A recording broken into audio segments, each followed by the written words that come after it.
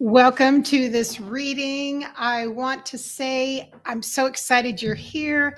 Today's reading will be a timeless reading. So, whenever you come upon it, and if it resonates for you, it was meant for you. And if it doesn't resonate for you, then you can just release it. My name is Carrie. I'm a medium and a mentor, and I am so excited about today's reading. And if you're wondering why I'm smiling and laughing, it's because my routine, if you've been on my channel before, is I always connect in with my guides and spirit, and I ask, what can I bring forth to my viewers? And they give me an answer every single time. And today they said that your spirit guides want to deliver messages.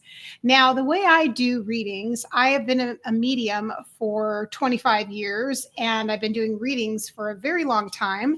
And so my relationship with the spirit world is a very strong one, but also I appreciate sometimes they bring forth messages that give us a sense of humor and perspective and objectivity. And I feel like that's what we're getting today with this reading.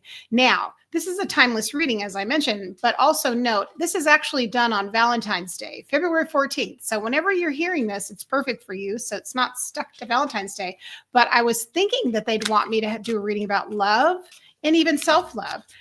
And I suppose this is a way of saying this is self-love, but really this is a message from your guides coming through, hoping to give you some clarity and perspective about your life. Now, as you know, if you've been here before, I use a lot of different types of decks. And being a medium, I tend to connect with your loved ones in the spirit world, ancestors, deities, goddesses, spirit guides, and your higher self. So, and I also use a lot of different decks, and I always pin them at the bottom of the comments. So make sure you're staying till the end because there's always a special message at the end. So we'll see what they have. So your guides have a sense of humor. In fact, as soon as I connected with their energy, and the way I tune in is I ask spirit who needs to come forth, what's the message, and they said the spirit guides need to come forth. And the message I feel has a lot to do with perspective.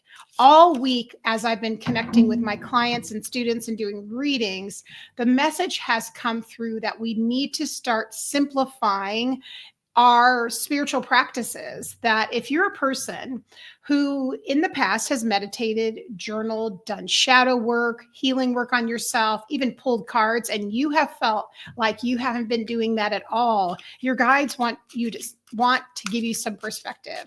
They want you to have a sense of remembrance that you do not have to be perfect at doing the spiritual thing in your everyday life at all.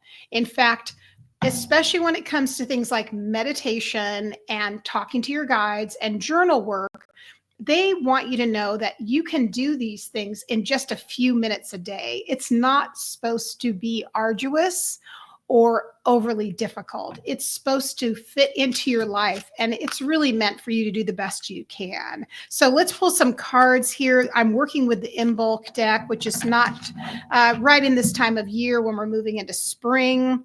We're really getting some beautiful cards here with the dawn and also amethyst, right? Now, amethyst, as you know, that stone has a lot to do with spiritual connections. It has to do with clairvoyance, and it has to do with opening up your abilities. The message I'm getting here from your guides is you can use things like crystals. You don't have to meditate for hours. Use crystals in order to help you open up your third eye. If your goal is to be more evolved, is to go further on your spiritual path, use the tools you have around you. Certainly, you can wear amethyst jewelry. You can meditate with amethyst. You can hold it in your pocket and put it in your bra if you like, and set the intention, they're telling me, to make it work for you, to not have to work so hard, especially if you're really busy right now and you have a lot of stuff going on. Maybe you have kids at home and they're running around, or you have a lot of responsibilities with work. It's a time when you want to lean on those tools and give yourself a break. And it says, go where your spirit dwells. Your spirit dwells within you, and your guides are all around you. So keeping it really simple is the message here. And I also like her sweet intention that she's just focusing on her breath and being aware. So simplistic spiritual practices are very helpful.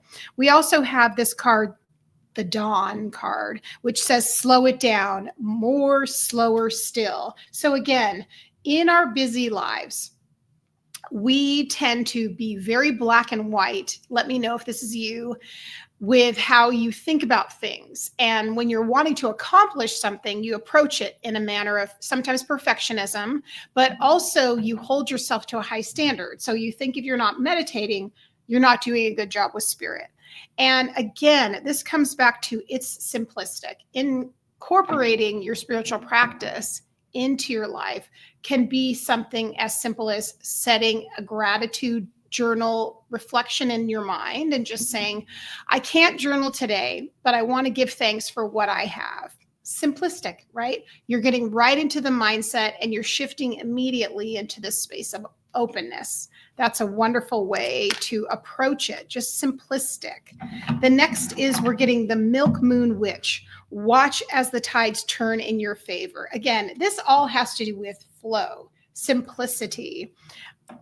I want you to think about your spiritual practice as something as easy as being able to make a cup of coffee in the morning, being able to wash your face at night, that you can do these different practices with intention and also with mindfulness. Mindfulness practices are really where your guides are leading you towards, something simplistic. Now, I want to just see what else we have coming up right now, because I get this sense that some of you are in this point of releasing old patterns. That's what's been coming up a lot for my clients, and also starting from scratch. So this does not surprise me. I'm getting a lot of cards in reversal here. We have Ten of Swords in reversal. We have the Hierophant in reversal.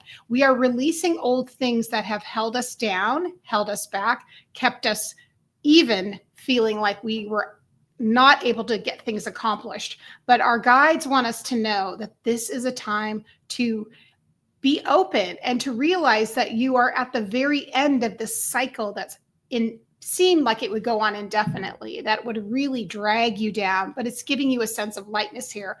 I love to see the Hierophant often in reverse, because the Hierophant in reverse means to do things unconventionally, do things the way you feel you want to do them. There aren't these heavy rules when it comes to your life and how you should do things. And especially when we're getting the end of a cycle and doing things unconventionally, this is really what your guides are leading you towards, to say, don't be so hard on yourself. Now, this is something you want to think about. We have the Magician in reverse and we have the World card in reverse. For me, this means you're feeling disconnected from your magic. You're feeling disconnected from your power. And I keep feeling like this is because you're too hard on yourself and your expectations are unrealistic. And what we want to think about is that spirit is all around us all the time. Our guides are with us all the time. They never leave us. And it's the same with spirit. So it's going to be hard for you to move to the next level that you want to go to if you are waiting for your situation to be perfect and also being so tough on yourself. So you want to think about that in terms of future and plans you're making and what's coming up ahead of you as well. Some of you also, I'm feeling with the Emperor card coming out here, might have a person in your life, possibly a masculine, could be a father figure, it could be a boss, it could be a colleague or someone that you are friends with, even a relationship that feels very judgmental in this case, that feels as though they have a heavy hand. And I don't see that they communicate that verbally. For me, it's coming through more so in the sense of being disapproving and not saying anything. One of those people that scowls in the corner and you get a sense that they don't like what you're doing. And so in the past, you would have retreated, called your energy back, second guessed yourself. This is Spirit's way of saying to you, do not give anyone else your authority. Again, small incremental things, and understanding that you need to accept yourself just as you are. That's the missing link for you, is what I'm getting in this picture. Now, I also want to just kind of tune into next week to see what is coming up as we're moving into this next part of the month. So, and again, this is a timeless reading, but you can also look at it for the date that it is. This is an energy of being stuck. Two of Swords, I'm indecisive. I'm trying to make a decision. I'm on the fence. That's really what I'm getting. But also, when the Queen of Pentacles, this is very similar to the Magician being in reverse. When the Queen of Pentacles is in reverse, it means that we feel stuck. It means we don't know what action to take. It also means that we're waiting for something to happen outside of us to make the move. This is what I'm going to mention to you again, that perfectionistic way of looking at things. What your guides are saying to you is that you need to go back to these simple things.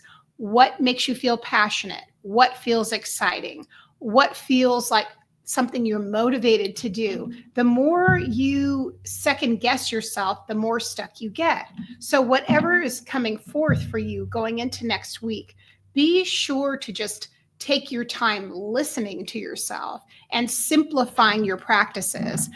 I'm also hearing, and I know it's cold in a lot of parts of the North America, but spending a time outside, breathing fresh air, even if it's cold outside, is going to really help revitalize you and shift your energy into a place of lightness. I feel as though you're going to be getting clearer ideas, breakthroughs. There's going to be a shift in even the ideas you've been waiting to be able to communicate because it's felt stuck. Now, there are some of you in this collective, I can feel, that I believe just lost someone. It feels like this could have been a grandparent possibly, or someone who acted as a strong figure in your family. We see here with a 5 of Cups, which for me oftentimes is a card of grief, and then the Star card in reverse. So this is a feeling of hopelessness, of sadness, of losing something that was very important to you, or someone, a situation. I do feel like that's happening right now for some of you over the next few days at least. Please give yourself time, your guides are saying, and spaciousness. And again, if you feel like you have that perfectionistic way of doing things, be sure to give yourself some time to be able to process the feelings that you have, and you aren't making any mistakes. Keep things simple. That's the message here too. All right, let's see what the final message here is coming out with our week next week. 4 of Cups and the Ace of Cups. So I am glad that we're doing this reading today, because a lot of this energy comes back to what we've been feeling here. Is there's something that a lot of you are holding, that you're holding yourself hostage to giving yourself praise, dignity, and self-respect. And this comes really through feeling as though you're not doing enough, that you should be doing more, and you're not being patient with yourselves. And when we're not patient with ourselves, it's very hard to absorb light. It's hard to absorb love from our spirit guides and our ancestors and our higher self, because we're closing our aura down. And this is something I talk about to my students. When we close our aura down because of judgment, we do not open to Spirit's love and to our guides' messages. So understand what is going to make the difference for you is opening up your energy, simplifying things, asking for help and guidance, asking for ways you can navigate the challenges that you have going on right now and what's coming up next. Now, I promised you that I would be doing something at the very end, and this is where I'm going to bring through a message. And in this case, I feel like I'm going to tap into one of our goddesses or deities and just see what we have here. Now, I work a lot with Hecate, and so she's one of my primary deities, goddesses I work with, and I want to just bring her through. This is really indicative of her, because for me, often she comes through also as an owl and a dog, and also an owl. And then also we're getting this picture of home. Okay. And the message here is loyal heart. There's no place like home. So that's our message from Hecate today. And really what that means, again, is that we want to go back to center, into our heart space, and forgive ourselves and keep things simplistic and take care of ourselves. I feel the heaviness that many of you have going on right now. And Hecate's message is to anchor yourself in the light that you can find within your heart space. And your treasure is there. And that would be as simplistic as just taking deep breaths into your heart and then allowing yourself to gently release whatever is burdening you. Again, thank you so much for being a part of my community. I appreciate you tremendously. I hope you enjoy this. Please be sure to subscribe and like this video, and I can't wait for the next one. We'll see you soon.